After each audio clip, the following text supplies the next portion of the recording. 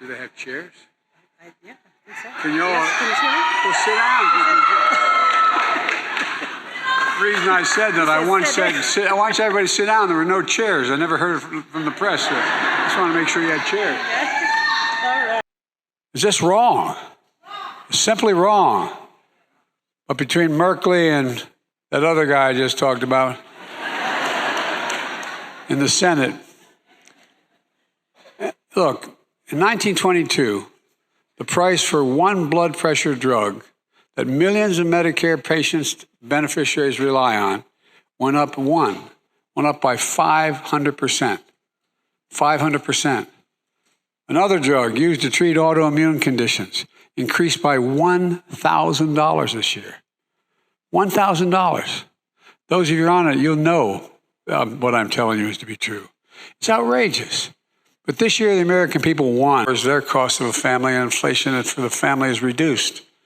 It goes on. The same way with what's in the Inflation Reduction Act has to do with your ability to be able to get tax credits for buying. If you need a new coffee machine, a new washer, a new refrigerator, you buy an efficient refrigerator, efficient coffee machine, you get a tax credit for it. Costs you less money. Every time I'd walk out of my grandpa's house, I'd say, Joey, go out, and he says, spread the faith. And my grandma would say, no, Joey, no, Joey. Holler. Not just keep the faith, to spread it. Folks, I know the names of these pieces of legislation are just boring, but the Inflation Reduction Act. And earlier this week, we announced that Social Security benefits are going to go up an average of $140 a month, beginning now, starting next year. Seniors are going to be ahead of inflation next year. For the first time in 10 years, Social Security checks are going to go up. But folks, let me tell you something. Every single Democrat in Congress voted for the Inflation Reduction Act, and every single Republican voted against it. Every single one, House and Senate.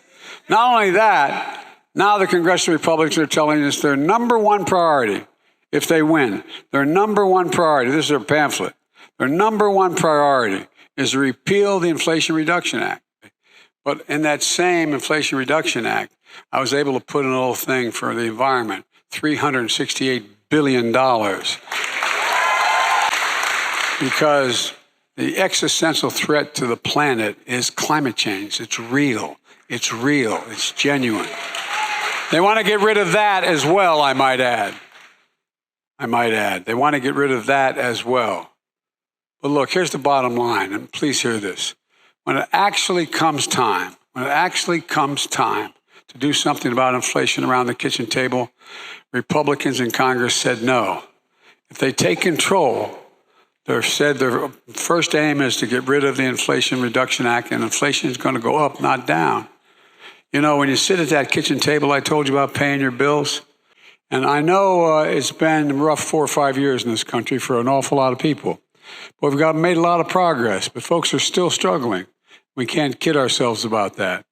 And I think when I think about the way my dad used to think about it, my dad was a really fine man, and he was well-read. He never got to go to college, and he was a salesperson. And my dad used to say that everybody deserves a little bit of breathing room, just a little bit of breathing room.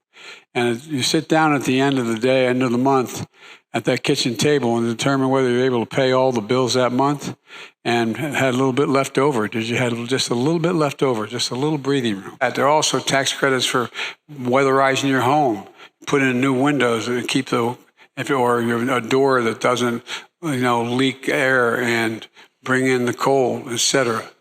There's a lot in here that lowers the everyday cost for middle-class families to be able to make it. And look,